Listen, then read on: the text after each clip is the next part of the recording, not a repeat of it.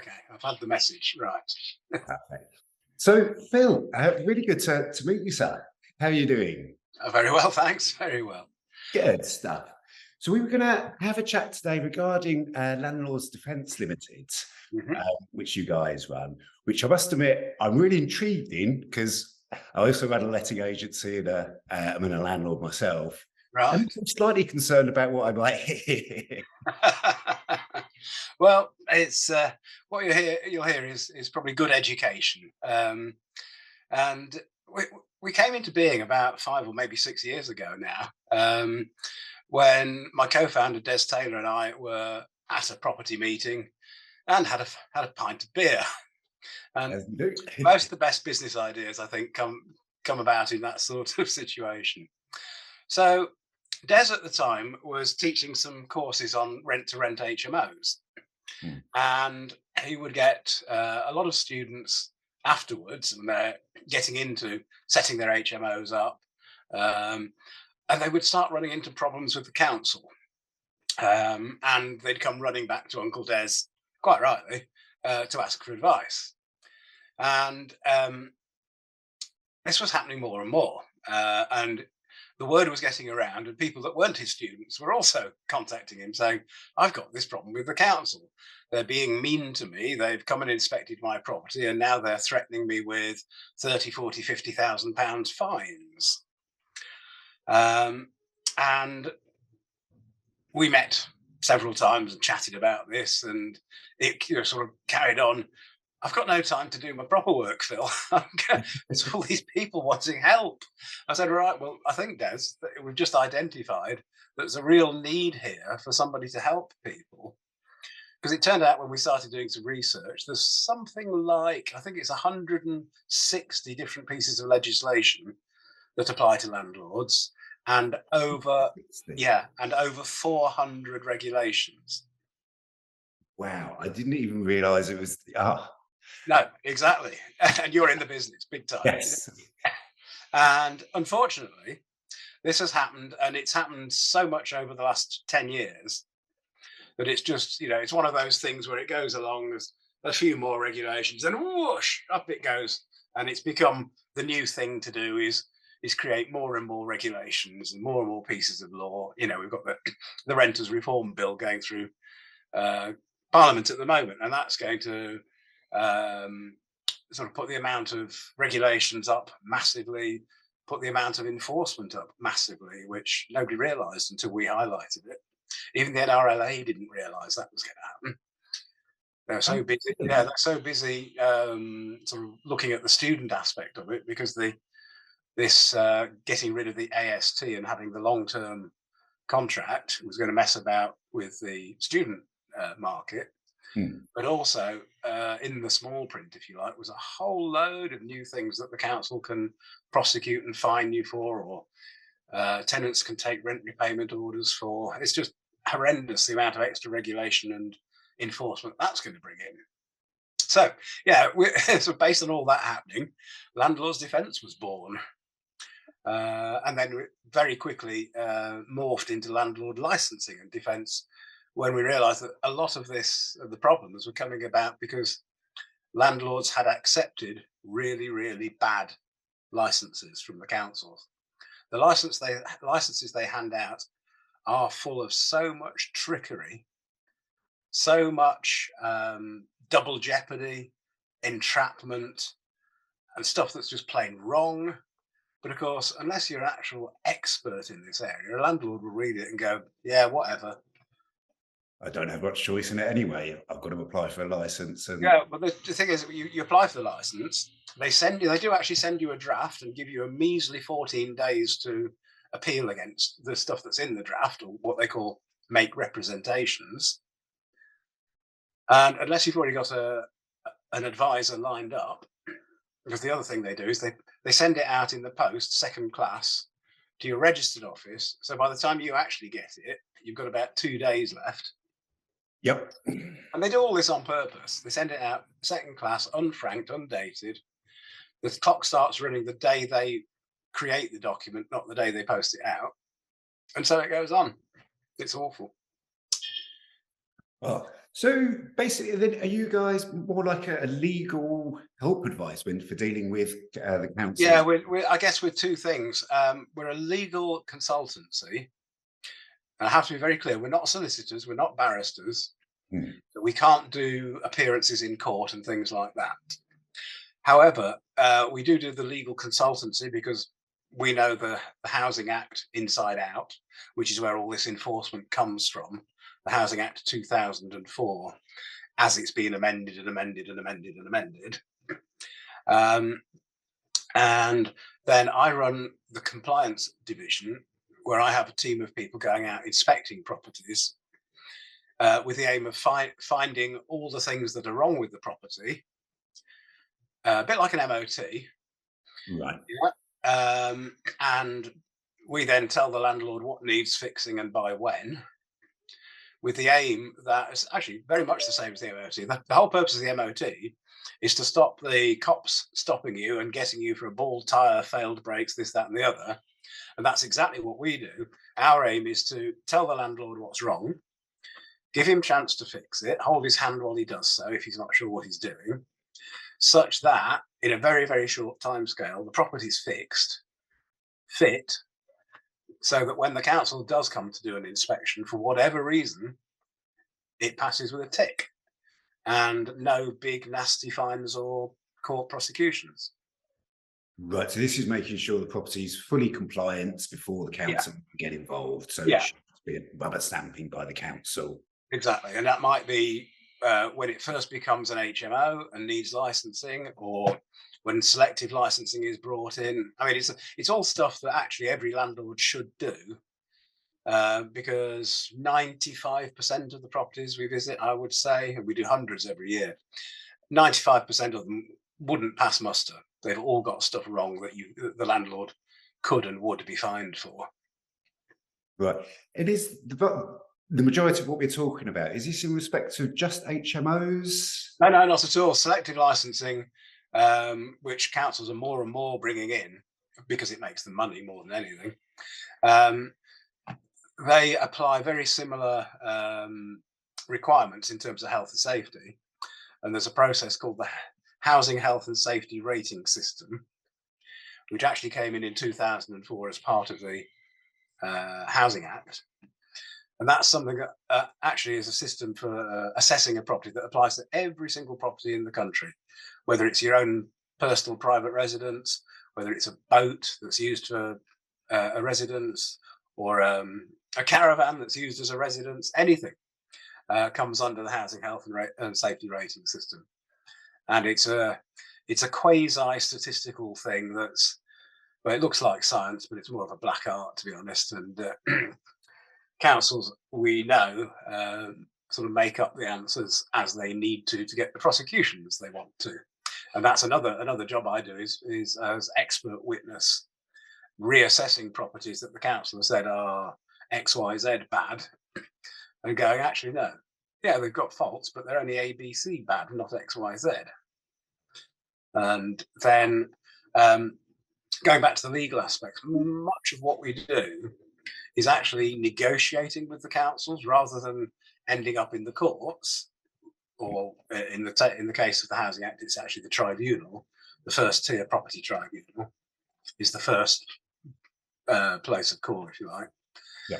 But that's a long, expensive process for the landlord and for the council. Although all these broke councils have got very, very deep pockets when it comes to fighting a tribunal case, and they'll get the best barristers in the land to make sure they win until they come up against us and some of the others. Yeah, there are one or two solicitors that work in this area, but there's very, very few people actually representing landlords against councils.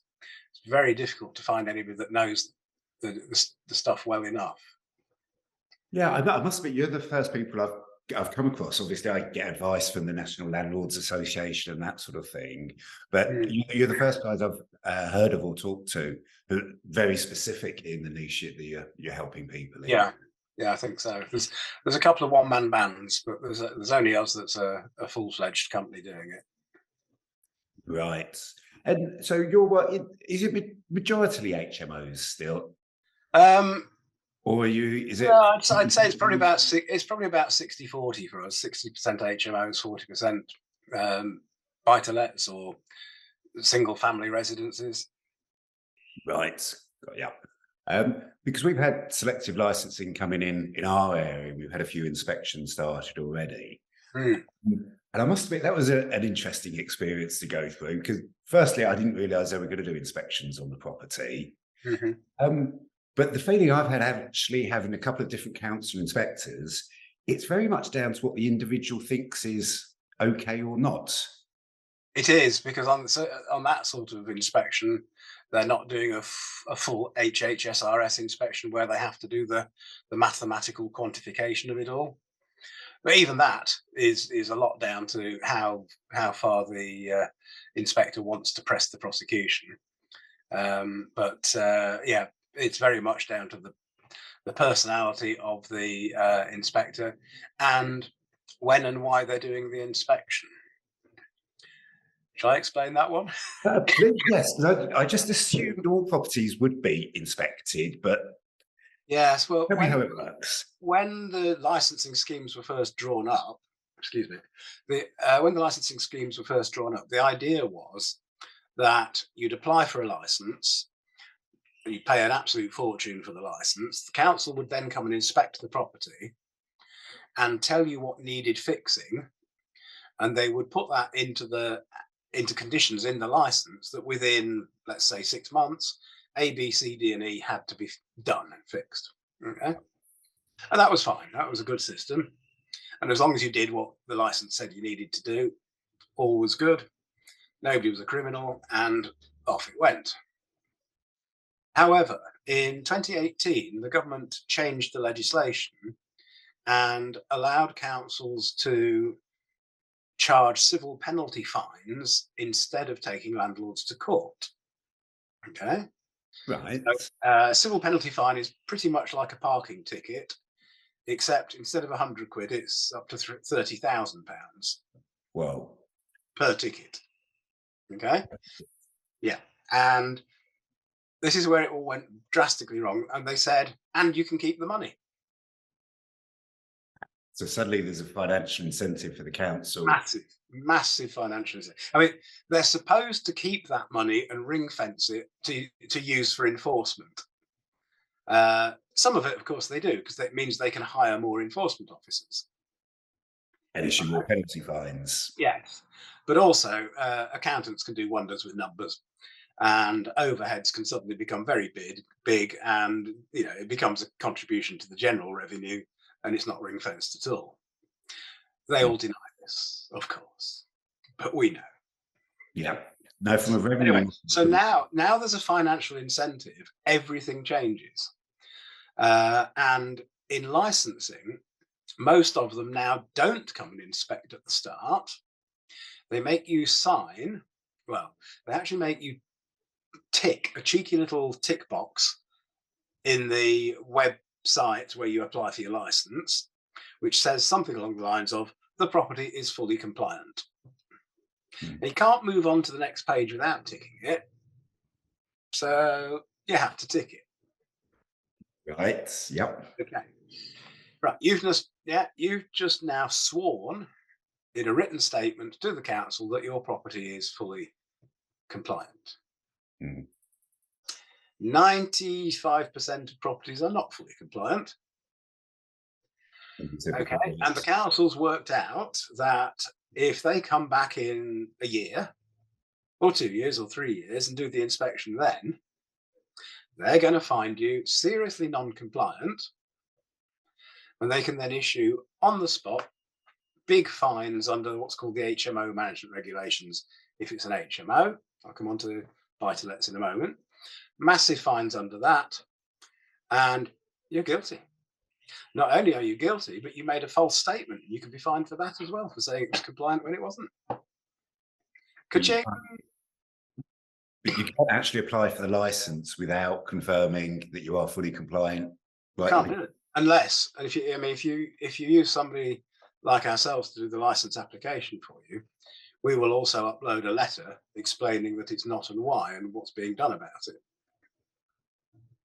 Oh, right. So actually use yourselves before the landlord even Yeah, applies? we actually we do license applications for people because again, it's so easy to self-incriminate. Particularly, I mean, a lot of our business there comes from landlords who suddenly realise they should have had a license X months or X years ago and have been operating illegally. Often that's when the tenants decide to have looked into things and decided it should be licensed, and oh, we can get 12 months rent back on a rent repayment order. That's worth a lot to tenants. Yeah.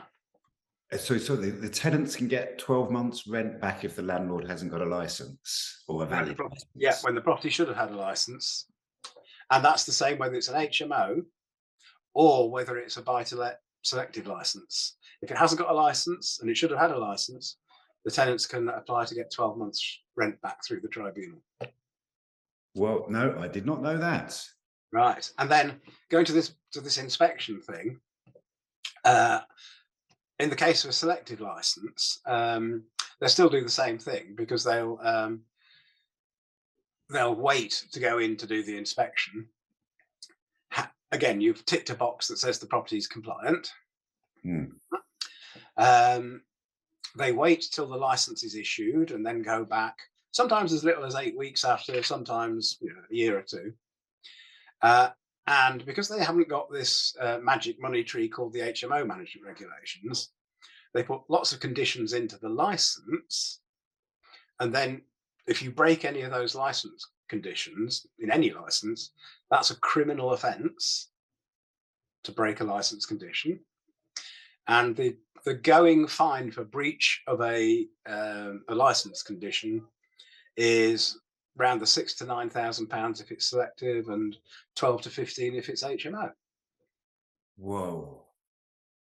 I didn't realize it was so punitive. Horrendously, absolutely.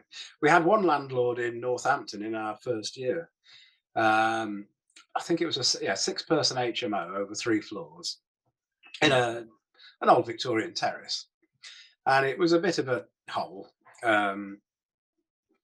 So I went up to inspect it because he was in trouble with the council, and it turned out that they'd been writing to him every year for 7 years saying this property needs a license. We're extremely strong on enforcement. If you don't do it immediately, there'll be severe consequences. And they did. They sent that same letter every year for 7 years and did nothing. So landlord thinks, well, this is a joke. I don't need to do anything. Hmm. And at some stage in the process, he did ask them, well, come and tell me what needs doing. But they didn't. And eventually they issued fines for 115,000, I think it was, on a property worth 220,000. £115,000 of fines. Yeah. Over half the value of the property in fines. Over half the value of the property, yeah. It's a land grab. Oh, I'm quite fairly speechless at that. I mean, the worst of it is when I went up to these things where it's getting critical like that, rather than my team go out, I usually go and do those because I've got the longest experience and what have you. And it was a death trap because half the alarms, fire alarms, have been taken down because they were beeping and it annoyed the tenants, so they took them down. There were 1-inch gaps around some of the fire doors, and it should be a maximum of 4 millimeters. And the council had knowingly left the tenants in mortal danger until they got their case together for the fines. They were only interested in the fines, not in the least bit interested in the tenant's safety. Okay. How does it work? Presumably the council can't just come along, do an inspection and say, right, you're non-compliant, here's a fine. No, Don't they? that's exactly what they can do. Anytime they like. They have more powers than the police to enter a property. They can get in on all sorts of pretexts any times they want. No notice. This is a problem we've seen. So because a landlord can't go and enter their property anytime they want, if the tenant doesn't want them there. Correct, yeah. So the powers the licensing authorities have got, I didn't realise they were over and above what the owner could even do to the Oh, property. absolutely. Owners have very, very, very few rights in regards of their own property. Very Yeah. few rights at all. And even tenants, they can't stop the council coming in because it's a criminal offence to stop the council coming in. And if you do, they just go off to the magistrate, get a warrant, and because they're the council, the warrant's automatic. And then back they come, and they're then allowed to batter down the door if they want to. Right. And but the procedure, so they'll come and inspect a property. Yes, you're not compliant. And it really goes straight to fines rather than you've got 30 days to put it all. Yeah, the old way before the civil penalty fines, they would have used a thing called HHSRS, Housing Health and Safety Rating System, and then a thing called an improvement notice. So they'd inspect, they'd then write to you and tell you the things that needed doing. You were given a few days to argue against what they said. Um, and sometimes that was worth doing. A lot of time it wasn't because they were correct. But they would then give you the improvement notice would become served. You'd be given 28 days or whatever was appropriate to do the works. And Hmm. provided you did the works in the time, everything was fine. They'd come back, sign it off, tick. Nobody was a criminal. Nobody got fined. Yeah, because that's the way you'd think, or I would have expected it should work. There could be things All, we all, realise why I yeah, wasn't. that all changed when they got to be able to keep the money. Right down to the penalties. Yeah, I see what you mean. And they then found that that process too long, too slow, and it doesn't guarantee you getting the money. Whereas it's very easy to claim a breach of the HMO management regulations or a breach of the license conditions. Dead easy. And that's it. If they say there's a breach, it's very hard to fight against them. We do on behalf of landlords on a regular basis. But what we tend to do, unfortunately, usually the landlord is guilty because they haven't got the right fire alarms, they haven't got the right fire doors, they haven't got the right protection on windows, there's damp and mold, all sorts of things that happen regularly. But But just a bit of interest on that. Is that normally because the landlord isn't totally understanding their obligations, yeah, or is it most a of that, misunderstanding rather than on purpose? People haven't put the right precautions. it's a bit of both. There's an awful lot of landlords out there that don't like to spend money on their properties. They just let them run on, run on, run on, and do the absolute bare minimum between lettings, um, which is rather sad because a property is almost like a living thing. It needs tending. Yeah. It needs feeding and watering. Otherwise, it will go bad. And we see an awful lot of unloved for properties. Sorry, yes. Yeah, I mean, it's always a difficult one for landlords that, yeah, spending money, especially when things are tight at the moment on a property. But yeah, I've always seen that as such a false economy that mm, that property, you've got to be maintaining it and looking after it to maintain its value. yeah. The other problem is that there's very little good information for landlords in an easy digestible form of what you should be doing. Because unfortunately, the law does not work like that. The law doesn't tell you what to do. The law is all about what you can be prosecuted and fined for. So things like the Housing Act are there to give the council powers to enforce against landlords. It doesn't actually set what you need to do. Just how they can actually enforce things. Mm-hmm. Well, So by inference, it says that your house must comply with HHSRS, the Housing Health and Safety Rating System. But even if you read that, it doesn't tell you what you need to do. It's only people with experience know what you need to do and can tell you. And people like the NRLA do some courses on it, but there's no comprehensive course. I mean, there's like landlord accreditation courses, which are a one-day thing, which tell you the very, very, very basics. But if you were to try and learn about how to be a half-decent landlord, it would be at least a week's course, and no such thing exists. Yeah, I've done the online accredited landlord thing. As you say, it's actually very basic. Very. And particularly if you are running an HMO, that's another sort of 5 layers more difficulty, more regulation. And from a risk point of view, the exposure on an HMO to a landlord is massive. We talked before about £105,000 fines for an HMO. Mind you, you're saying that we've had 2 up, 2 downs on selective licenses, where the landlord has gone tick compliant. The council's issued the license with lots of conditions, come back in 8 weeks' time, and I think they fined that landlord about £28,000 on a 2 up, 2 down.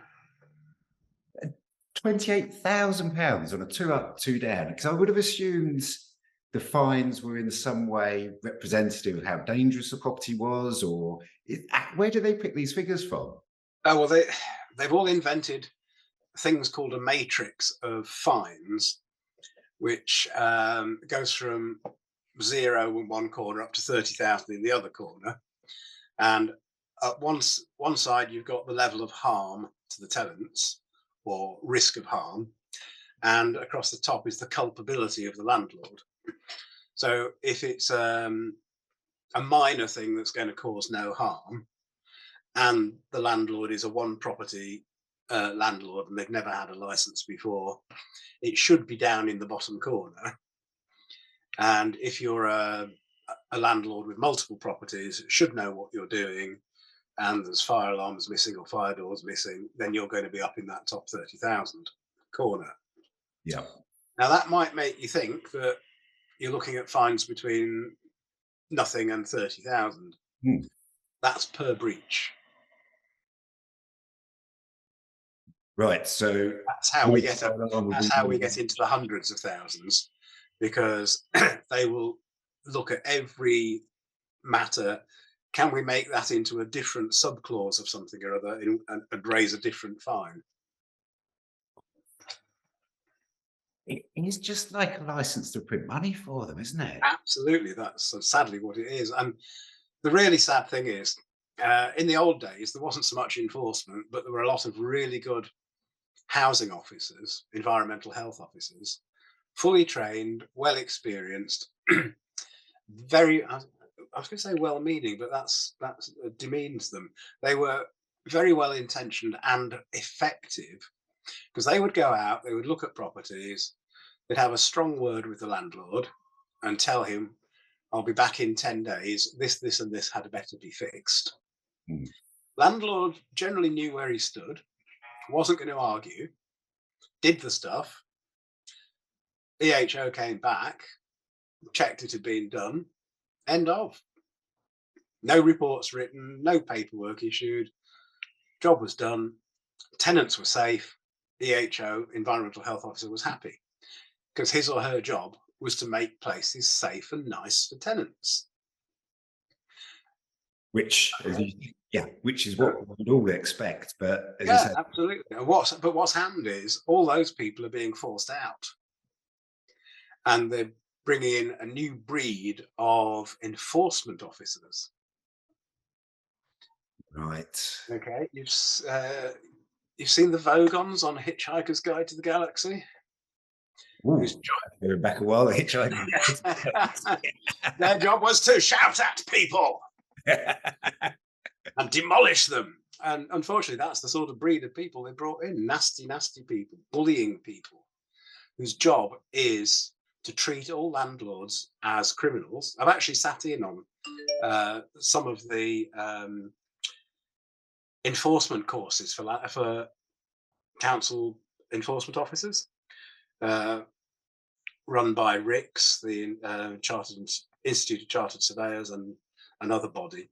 And in both cases, the course started with all landlords are criminals. Well, that's the opening start. Absolutely. And must be prosecuted. Wow. The attitude is, it's horrendous. But that's and you know, these enforcement people are brought in, and that's what they are trained.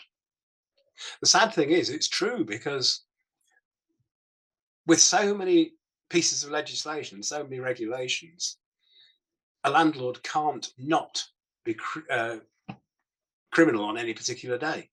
Yeah, it's a bit like you drive the car, and maybe you're a good driver and you drive at 65 miles an hour on the motorway the whole year, but you just happen to go wrong for 30 seconds as you go past the camera, and you're got, and you have just executed a criminal act, because it's strict liability. You either were or weren't going more than 70 miles an hour.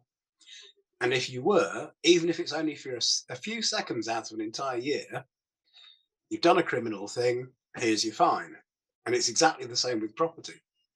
You could be absolutely compliant all year, but if the day the council comes to visit, your fire alarms aren't working for some reason, or one of your tenants has put their fist through a fire door, you, the landlord, are now guilty of a criminal act.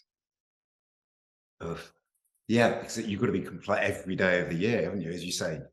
Every minute of every day. There is no allowance, particularly under the HMO management regulations. The upper tribunal, which is like the High Court of property, if you wish, they made a determination last year or the year before that said exactly that. For the avoidance of doubt, if a crime is seen being committed, strict liability, the landlord is now guilty. He can offer mitigating circumstances, and if he can prove, for example, that the property was inspected every 30 days for the last 12 years, and show that he really does do good management, then the tribunal will say, okay, well, that obviously happened between inspections, and here's a very tiny fine. But you won't get off scot-free. I was going to say, but you can go from being fully compliant to a breach purely by acts of your tenants. Oh, absolutely, yeah. That you won't even be aware of at all. No. But you're still guilty.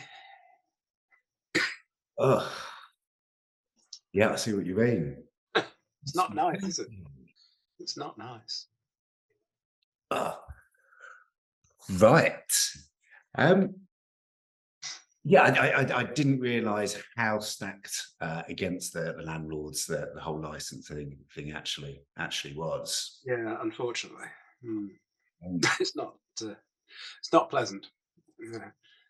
Oh no, well, it'd actually be really good to talk through, a couple of examples of properties you've actually visited to get a better understanding of what you actually do.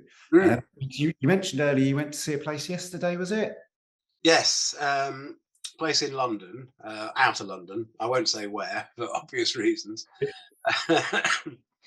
But pulled up to this house, and it's a very nice detached house. Looks like it'd probably be a 4-bedroomed house. A good solid thing, brick built, conventional roof, tiles, and what have you. I thought, this is going to be a nice one. So the landlord's key holder turned up and let me in, at which point I'm thinking, okay, so he didn't knock the door. He must know there's nobody home. So in I go. Excuse me. So in I go. Is this a single let or an HMO? Or this is an HMO. Right. Yeah, I did know that at least before I got there. I don't usually know much, but that doesn't matter. Anyway, in we go, and I say, okay, that's fine. You can leave me here. I'm going to be an hour and a half or so as I go around and take pictures and notes in great detail. As when we interesting, when the council go in, they're only looking for faults that they can prosecute. So it doesn't take them so long. I've got to check not only the faults, but also the things that are right. So the landlord's got evidence, if he needs it, that things were actually right. Because the council may well come in and do their inspection shortly. And in this case, it was a license application one. And so we have to have proof for the landlord that, yeah, it was right. And the council goes in and say, it's not right. Well, I have a report here that says it was. Right. So it's even actually inspecting and confirming everything that is compliant as well as identifying. As well, yeah, exactly. Oh, yeah. So anyway, the key holder leaves me there. I lock him out and start my work. Only to find out 20 minutes later when I go upstairs and I'm inspecting the bathroom and I hear noises in the bedroom adjacent. So I shout, hello. And out pops a tenant. So a bit shocked that there's this strange man on her landing. But again, you see, that should never have happened. I should have been briefed that there were tenants home. The key holder or I should have knocked the door in that circumstance and been admitted, you know. I was going to say that's the first thing I ever. You always knock on the door before. Yeah, I mean, Yeah. all right. To be fair, in an HMO, if it's a bedsits type HMO where each person has their individual AST, the landlord can go in and out of the hallway and the kitchen lounge as the landlord pleases. That's allowed. If it's a joint and several AST, you can't go in because there are no common parts. Anyway, so yes, I had to explain to this nice young lady who I was and what I was doing. Oh, she said, well, we knew somebody was coming, but we thought it was the landlord. Right. So that was a good start. And so what did you find? What was the property like? Well, at first sight, very nice inside, very tidy looking, nicely decorated. And then my eye wandered to the hallway ceiling and noticed there was no smoke alarm. Now that immediately tells me I'm going to find a lot wrong in this property, even though it looks beautiful. You know, it's lovely. Obviously, a lovely big family house once upon a time, and nicely decorated, nicely well appointed as an HMO for the people living there. Except they're not safe. So there's no smoke alarm on the landing. Now I normally start my inspections upstairs and work my way round and down. So I moved on up the stairs, noticing on the stairs that the banister is it's one of those dogleg stairs where the banister rail only goes sort of 3/4 of the way up, and then there's a tall newel post for what's called the winders. And that's not acceptable in a rental property because it's not a full length banister. And if somebody was to fall, there isn't necessarily something for them to grab hold of. And in that respect, we have to think about granny visiting, not the actual residents. So when it comes to falls on stairs, it's older people that tend to have the falls. So we have to think granny, and granny would not have anything to grasp hold of if she fell, particularly on the winders at the top. As you know, winder stairs are thick at one end and very narrow at the other. So if granny puts her foot down in the wrong place, she's sliding down the stairs on her backside, if she's lucky, or over the top and breaking a hip on the other way. So she's got to have something nice and firm to grab hold of. So that was the first thing there. So we've got falls on stairs now, as well as fire risk. Top of the stairs, first left into the bathroom.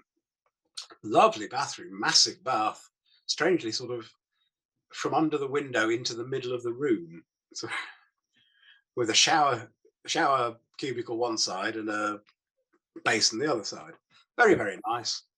Look in the shower. I thought, that's very interesting use of dark grout. No, even though it's a lovely posh place, everything's lovely clean, but nobody's realised that the grout in the shower is full of black mould. And it's not something that's that difficult to deal with. A can of HG mould spray from B&Q soon sorts that out in most cases. If it's really bad, you have to hack it out and put in mould-resisting grout and mould-resisting silicone around the shower tray. But yeah, something like that, probably nobody's ever noticed. The council would notice. Right. Well, we're just on that point of mould, because we've had this on inspections where the council come in and say, like, well, there's mould in the room, but it's down to the tenants not opening the windows to air the property out and drying clothes on radiators, that sort of thing. Mm. So they were very much, look, this isn't your fault, it's the way the tenant lives, but you need to sort it out. Yeah, well, Mr. Gove has recently pronounced on this. You'll find a document about mould for landlords on the government website. And he has, I think, sensibly said, it's always the landlord's fault. And the reason I say that is that in an awful lot of cases, even though at the initial level, yes, the tenants have been drying clothes inside, or they haven't had the heat on enough, etc. If you look at the property, most properties have now lost their air vents. We got rid of all those in the 60s and 70s. And that's actually what causes the problem, that and the lack of insulation. Because a lot of the rental properties, particularly HMOs, they're old Victorian stock, no insulation in the walls, sometimes even still got single glazing. So they're cold as hell, which means they're very expensive to heat, which means that tenants don't put the heating on, because what's the point? The heating, they're just paying a fortune. The heat's going straight out the window or through the walls. Yeah, that's what's called a sort of a structural problem, if you like. So landlords need to understand this, and if they've got properties that don't have proper insulation, then they need to get some ventilation through the walls. And you can buy very cheaply now air vents that are designed to be draft free, and they don't even let air in. Some of them, they have a special construction that draws moisture out of the air and pushes it to the outside. Oh, right. No, I wasn't aware of this, actually. Yeah, and you can get electric ones. I use these in my HMO, where it looks like a standard wall fan, but it's actually got behind it, it's got a heat exchanger, and it runs 24/7 on a little trickle flow. But because it's got a heat exchanger, all the heat that would normally go out is handed back to the air that's coming in. So you don't lose your heat, but you've got a constant supply of dry, fresh air, which is nice because you've always got fresh air in the room. And it's got a humidistat as well. So if the moisture level in the room goes up, so does the fan speed. So if you're cooking in the room, or if you're drying clothes, or having a particularly passionate session, it happens. It creates a lot of humidity. But these products are all out there, and landlords need to get fitting those. Right. So you actually agree then with the view that it's the landlord is ultimately responsible? Yeah, because if the property is not capable of being kept moisture free, the tenants stand no chance. Yep. Yeah, and we have to assume in this day and age that tenants are totally incapable of thinking, because we're responsible for whether they put the bins out and whether they sweep the street, and we have to almost wipe their bottoms for them. And the council inspects that, and that goes in their licenses. And the council, even the licenses, try and make you responsible for their friends and visitors creating antisocial acts anywhere near the property. Oh, amazing. Anyway, we digress. Sorry, So coming out of the bathroom. Yes, coming out of the bathroom, which is where I met this lovely lady after I shouted hello. She very kindly let me inspect her bedroom. Her bedroom, nice and warm, double glazing, big windows that you could get out of. They were big enough for a fire escape window.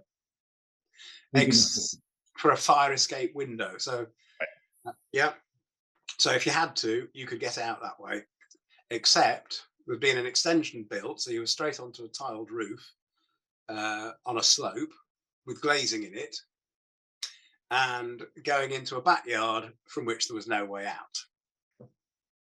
So that's not a fire escape route. Even though it's a fire escape window, it's not a fire escape route. I find an awful lot of this. Oh, so the window itself was compliant. It was a proper fire escape window. Yeah. But just once you got out of the window, having to go on a pitched roof. Yeah, with glass in it, and then into a walled yard. Yeah. So you would be going to a place of death anyway. But that's the sort of thing I don't think most people would actually think of. Yeah, we're compliant. We've got the right windows in there so they can To be escape. honest, even most council officers get that wrong. I've been to so many properties where the landlord has proudly showed me the fire escape windows. Yeah, we did this. Council told us we needed fire escape windows, so we put these in. And I go, yes, but it goes into a wall, into a yard with an 8-foot wall around it. It makes total sense now you say it. Yeah. I hadn't considered that at all. No, and these are things that you only learn with an awful lot of experience in fire risk assessing. And most of the council officers are not actually trained in fire risk assessing. They do, as part of a 2-day course on HHSRS, one of the 39, can't remember, should be able to remember. My stock in trade, and I can't remember how many hazards there are. But yeah, they do a small amount of training. Fire is just one of the many hazards that they have to look at. So they tend to be a bit tick box because they're not trained to assess this risk versus that risk and what actually is the overall effect. Yeah. Right. So it's talking about you're inspecting this young lady's bed. So that immediately tells me that we need a protected fire escape route down the hall, the landing hall and stairs, because if only one room can't escape through the window, then the whole lot's got to be turned around, and we've got to have a fire escape, a protected fire escape from the bedroom doors down to the front door usually. Now that means that every door into a bedroom, lounge, kitchen or whatever off the escape route has got to be an FD30 fire door, a 30-minute fire door. And of course, yeah, because that's your escape route, yes. Yeah. And the purpose of a door, most people get the purpose of a fire door wrong as well. It's not to keep you safe in your bedroom. It's to keep the fire in your bedroom out of the escape route. Right. Yeah. And then we have the fire alarms to tell you to get the hell out before your bedroom is so badly on fire that you can't. Yeah. Okay. So we immediately noticed that this having been built in the 1930s as a family home, it's got the old style panel doors, 6-panel doors. Yep. That's not a fire door. So suddenly we've now got a situation where every single door and its frame has got to be changed. And the reason I say and its frame is that, again, landlords don't realise what a complicated piece of equipment a fire door is, because it just looks like a door. But it's got to have intumescent strips around it. It's got to have cold smoke seals, which are usually those little furry brushes. And on both sides and the top, well, actually, and the bottom, the gap has got to be between 2 millimeters and 4 millimeters, no more. Right. Yeah, you mentioned that 4 millimeters earlier, actually. Yeah, and we quite often have councils issuing fines just because the gaps on your fire doors are greater than 4 millimeters.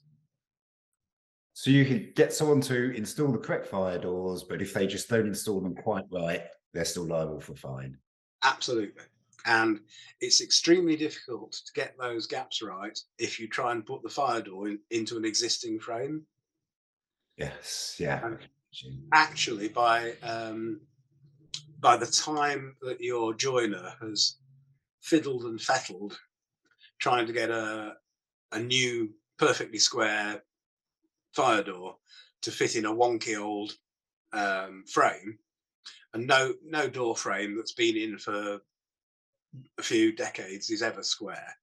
It's always out of plumb in some areas.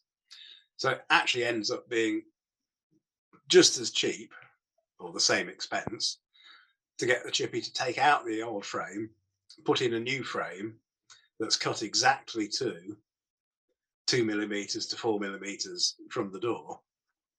And then the other thing that we normally find when you're using an existing frame, the area around the frame that's covered by the architrave, Yep. is usually a big gap.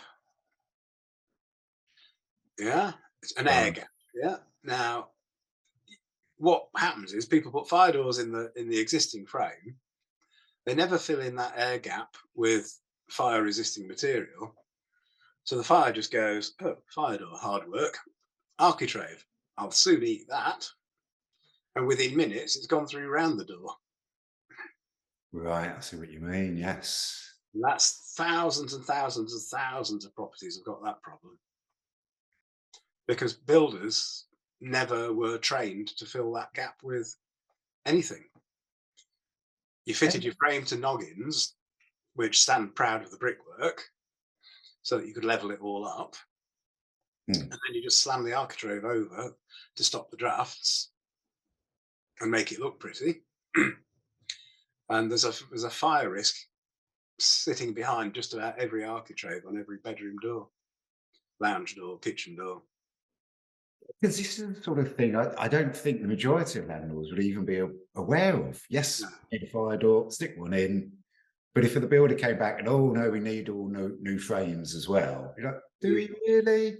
But until you've actually explained it, I've never known. No. And also, we've got no smoke alarms in the bedrooms. Now, here comes another area. There's legislation, the smoke alarm and carbon monoxide alarms regulations 2015, I think it is, that says that every property, every rental property, must have a working smoke alarm on every level of the property. Now, most landlords would take that as meaning I need a smoke alarm in the hallway and a smoke alarm on the landing, and that's it. Now, this property didn't have even that. It had one battery smoke alarm on the landing. That was it. So it didn't even meet that legislation. But the recommendation in the British Standard, BS 5839-6, is that you should have a heat alarm in the kitchen interlinked to a smoke alarm on each landing and hallway, interlinked to a smoke alarm in any living rooms, and any other risk rooms. Now, definitely in an HMO, every bedroom is a risk room because we've got people in there with smartphones and chargers, with all sorts of stuff, possibly a kettle, sometimes a toaster, quite often electric heaters, plug-in ones that should never be allowed in HMOs because they're such a fire risk, it's not true. But all this electronic equipment we have now is all very capable of catching fire and starting a fire. So we treat HMO bedrooms definitely as risk rooms. Now that means that they need a smoke alarm in them as well. So, yeah. So now this property has got to have smoke alarms fitted in every room and a heat alarm in the kitchen. And of course, by the time I got to the kitchen, there wasn't one there in that. And so heat alarms and fire doors. Unfortunately, my visit is going to have been a very, very expensive one, but not half as expensive as the fines from the council if they'd found it.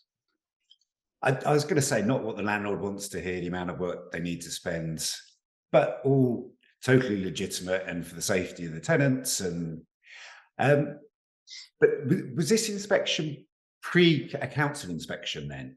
Yes, yeah.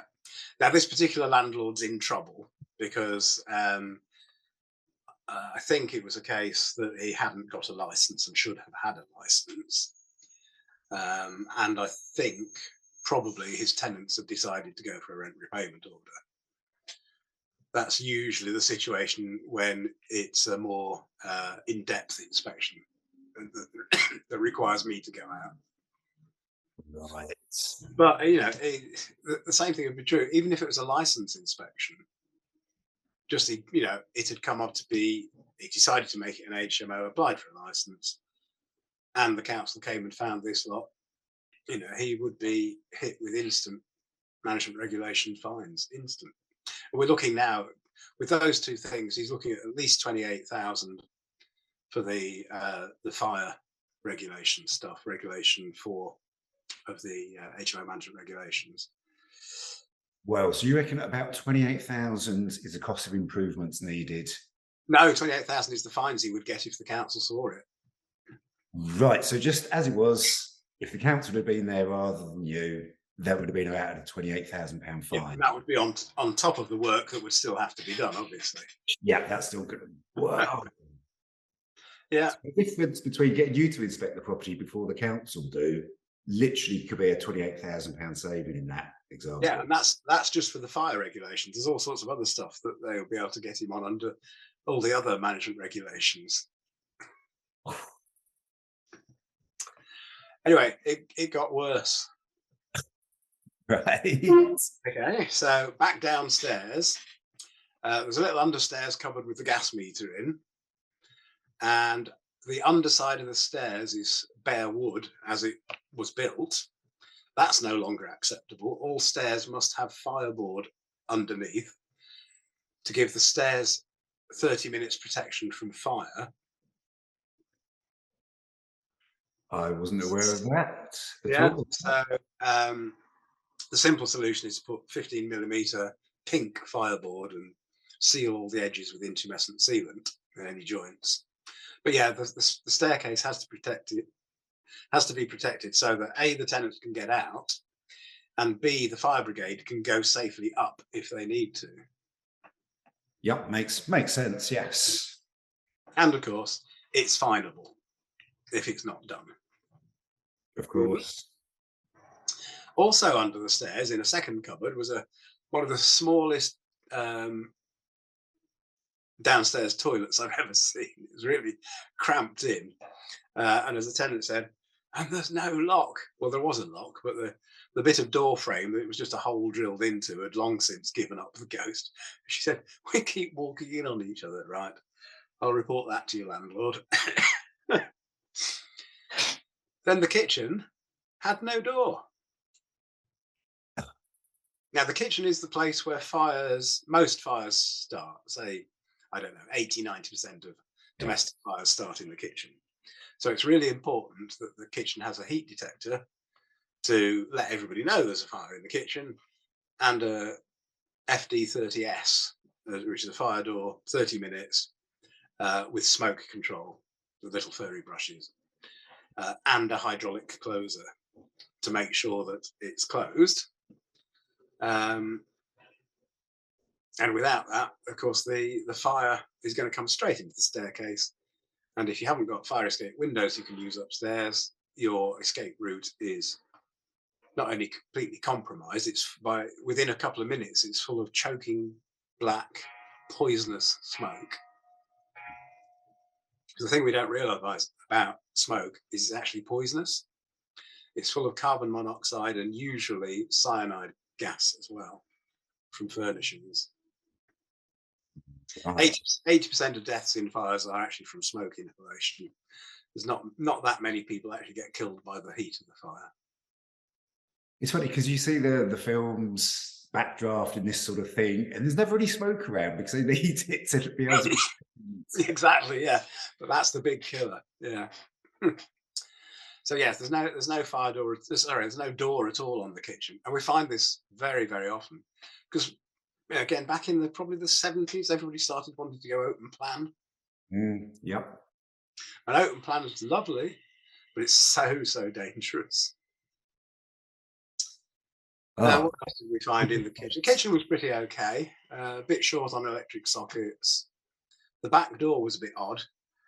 They'd covered in the side passage at some stage, and they had a stable door going out to the side passage, but it only had security bolts on it. You know, the type you put a splined key into, but Yes. you couldn't actually latch it. And if you closed it on those security bolts and put the key somewhere, you had no chance of finding it to get out. Actually, that reminds me, something that we find all the time is final exit doors and bedroom doors that you need a key to get out of. Well, you imagine there's a proper fire raging, Mm. the smoke down to here, it's black, it's poisonous, it's choking you, you can't see through it. Oh, and it's also at 200 degrees C, so your lungs are going to fry. And you now need to look for a key? Absolutely not. Every bedroom door, every exit door needs to have a thumb turn or similar. The rule is single action keyless exit. Yeah. Right.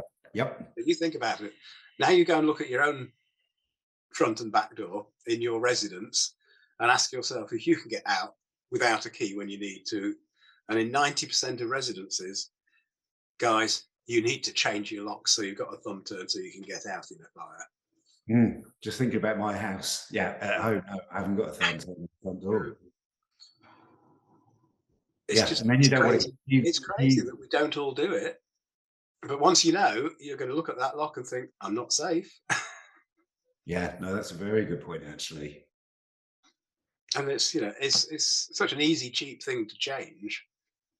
But if you're not aware of it, Yeah, you know, people don't this even is one of think those things landlords should be aware of, but so many of them are not because there's no training and there's no requirement to have training. That's the other sad thing. I think the day has got to come where to operate as a landlord, you're going to have had to have a certain amount of training or passed some exams. It would make a lot of sense. And as we were saying earlier, even the landlord accreditation program seems so basic.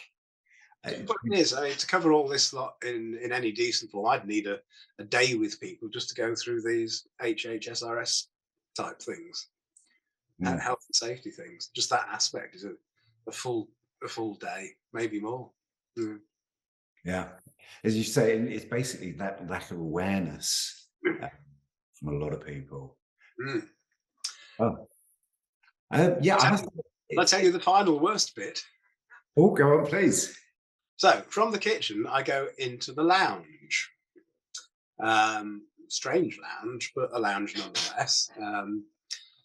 Looks a bit messy. Anyway, it turns out that one of the girls that live in the house has a hobby doing things with cloth, and she uses the lounge floor as her cutting room. So that's all fine. There's another door, the other end of the lounge, which gives through into another bedroom, which is in the rear extension. So the kitchen's been rear extended and the lounge has been rear extended. And there's a very nice double bedroom with a Velux window in the roof and a pair of patio doors out onto the backyard. Yep. But we've already established that the backyard has no escape route, so it's not a fire escape. So the person in this back bedroom, their only escape route is through the lounge, and a lounge is a risk room. So inner rooms, as this is now called, an inner room, are not allowed unless they've got an independent escape route. So now that girl cannot stay in that bedroom because it's not safe. Oh. Wow, because she has to go through another room to get to the actual escape route in the hallway. So the only solution, well, the two possible solutions there. One is that she has to go and live somewhere else. And that room to anybody else at all, never. No, that room could be used as a reception room, a dining room, or something like that. Or they knock the wall down and give her the whole, make it all into one massive bed sitting room. But then that has knock-on effects because are the other bedrooms large enough to be let as bed sits without a lounge? There's a trade-off there. You can have smaller bedrooms if there's a decent sized lounge, but if there's no lounge, bedrooms have to be bigger so that you can sit and relax as well as work, as well as eat, as well as sleep in your bedsit room. So this one nice looking property, nicely kept, is a death trap, and it's going to cost an awful lot of money to fix. And I see so many properties like that where the landlord has no clue that they're contravening so many laws, and actually that the property is so dangerous. Yeah, when we've been talking through it, there's some things you said, I'm like, yeah, that's obvious. And there's a bit, no, didn't know that at all, actually. And as I say, 20 years just doing single lets in the business, it's quite scary.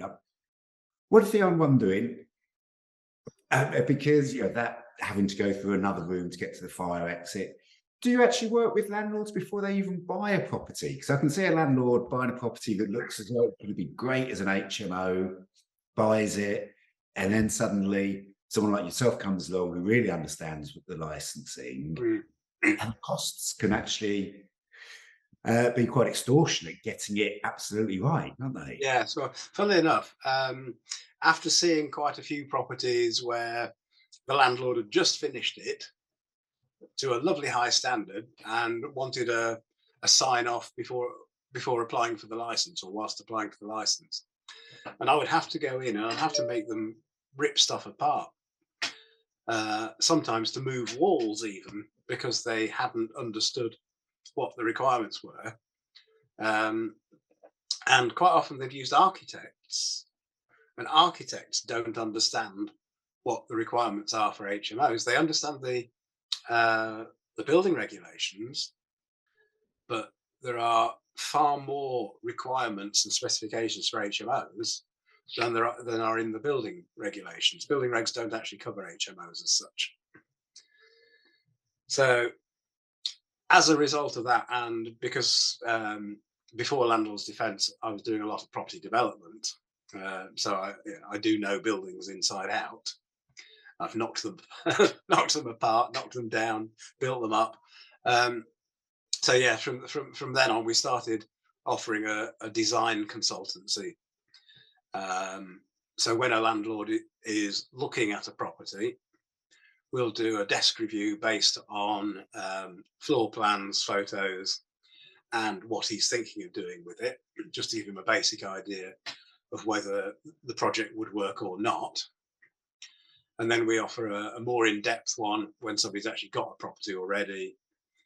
They've got designs of what they think, and then we'll go in, usually around first fix, and actually do a physical site survey, because it's only by going to site that you can actually get aspects like the fire completely right. Yeah, you've got to walk around the property, you've got to see what the escape routes are. You can tell a certain amount from drawings, but it doesn't compare to actually going on site. yeah, but I can just see someone buying an HMO, spending thousands doing what they think is all the compliance stuff to it, and then we'll just get you around to come and rubber stamp it, and suddenly there's a load of problems that are going to be so much more expensive to sort. Yeah, I mean, fire doors that have been incorrectly fitted, and they've got 7mm gaps where it needs to be a maximum of 4. Yeah, and that means, sorry chaps, it's you've got to take the frame out and refit the frame. And is this happening more and more now? Are landlords coming to you before purchasing rather than? It's a trickle. It's a trickle. Possibly that landlords don't realise we offer the service. More like they don't realise the problems that they're going to get themselves into without that sort of advice, because they all think they know what to do. And a lot of them, they've been on guru courses, and the gurus teach them all the good stuff. They don't teach them the stuff that we're involved in. We've got another client at the moment doing rent to rent, loads and loads of HMOs. Yeah, they run nice quality HMOs, but because they weren't taught about the licensing aspect, they've got lots of problems with the licenses. They're not properly drawn up. They're not, some of them, in the right company names, so they're not actually valid. And yeah, these guys, because they were never properly taught, they were taught how to make money from HMOs, but they weren't taught the other side of the scale, which is all the risks you run if you don't get the law and the legislation right. Yeah, which is absolutely huge. Oh, Yeah. wow. I must admit, it's been fascinating talking to you about this. I'm gobsmacked by some things, surprised by others. Excuse me. Usually when I do presentations to landlord groups, they say, oh, can't you find something cheerful to talk about? No, I have to say, yeah, I know it's not fun, but I'm doing this to help you stay out of trouble. Yeah, and literally, this is saving people's lives as well, the safety aspect of the property. Yeah, that's the important bit. And I so often have to explain to landlords, right, stand here. Now imagine there's a fire in that kitchen. Where's the smoke? Where's the flame? Oh dear, you're dead. Mm. And until you give them that sort of graphic explanation, I mean, actually, in the early days, I wrote a booklet for landlords to give to tenants. It's actually to get fire instruction to landlords, but they wouldn't read it if we said that. But it's a guide for tenants, which we like landlords to read as well, and we offer it free for landlords to download and give to their tenants, and it's a really good thing for tenants to have and read, because it's nice, simple language with pictures. There's some QR codes so you can watch videos of a bedroom actually catching fire, and it's called 3 Minutes Till You Die. Yeah, and it's called that because if you're in an HMO bedroom asleep, you wouldn't have actually 3 minutes until you're dead if the alarm didn't wake you and you didn't get out. 3 minutes, and that's it. That's the maximum 3 minutes. Yeah. Wow. Again, I just don't really spend that much time thinking all this through. No. When I was young, which is sort of in the early 1800s, there used to be little information films on the black and white telly about fire. Not seen anything in decades, and yet it's so important. Yeah. Yeah, I mean, sadly, the only thing that's brought it into any public focus is Grenfell. Yeah. Yeah, and where a fridge caught fire and started it all, or a fridge freezer. Mm. And who would have thought it? And because the fire doors weren't right. Right.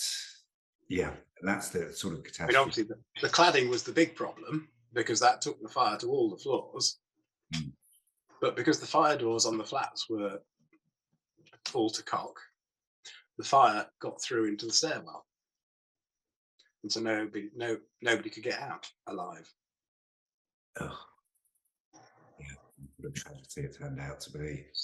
Absolutely. But the worry is that level of tragedy is waiting to happen in so many rental properties because they've got missing fire doors, like the kitchen in the one we were just talking about. No fire door.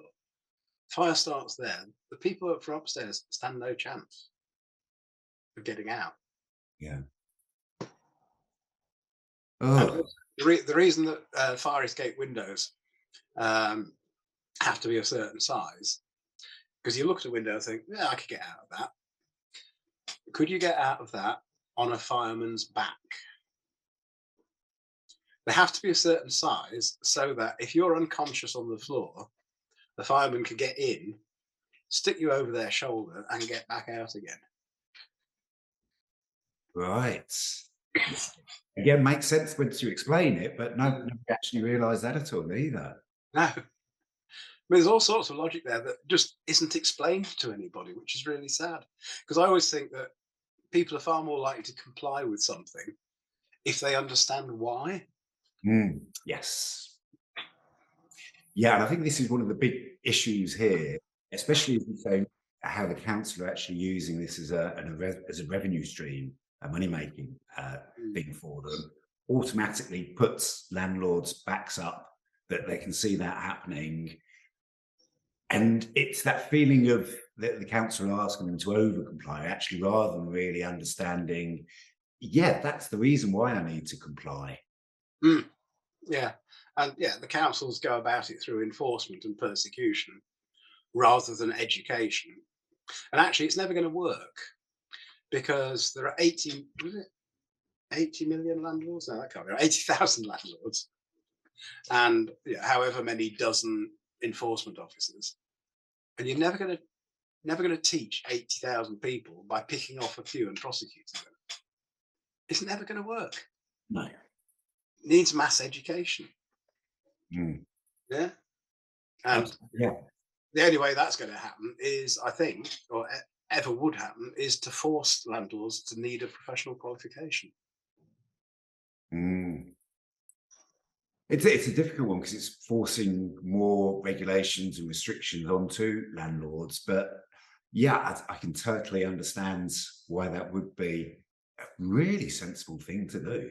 Yeah, because the way they're going about it, the more and more regulation, the more and more enforcement, it's still never going to teach all the people who are outside of it. All the landlords that are not involved in that don't know about it. So it's not teaching them anything. Oh, well, we're prosecuting these people as a message to landlords. But how would they know? It doesn't go in the press. It doesn't go on the TV. Most of these landlords own between 1 and 4 properties, and most indeed only own 1 rental property. They don't even identify as landlords.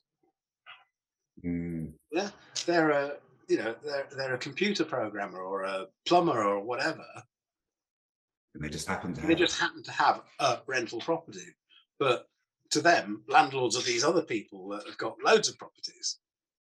So they don't join the club. They're not in the NRLA. I can't even say it. They're not in the NRLA. They're not in any of the smaller landlord groups. So there's no way of speaking to them because you can't send them information if you don't know who they are and where they are. Oh, that really good point. Well, I must admit, it's been fascinating talking to you. Slightly scary as well. I like to do scary. Yes. All right. It's been a pleasure talking to you today. But no, thank you very, very much for your time. Really, really informative. And I think the big key for me is getting involved with you guys before someone even buys a property rather than finding out later. And to be honest, if you're a landlord with properties and you've never ever had a compliance inspection, do it once. At least do it once. Get the professionals in to tell you what's right and wrong. Then, as long as you do the things that you're advised, you're probably good for another 5 years, as long as you just keep an eye on things. But if you don't get professionals in and just carry on doing what you're doing, like 95% of the properties I see, you're guilty on a daily basis. And one of these days you will get fined. Yeah, you're just walking through a minefield otherwise. Yeah. You're not sure when it's gonna come up. But to get a proper professional inspection before the council comes so you avoid any fines. Yeah, absolutely. Yeah, why wouldn't somebody do that? Yeah. Oh, no, really good chatting to you. Yeah, really interesting, Phil. And yeah, thanks again. Okay, see you on the next one. All right, see you in the next one. Cheers.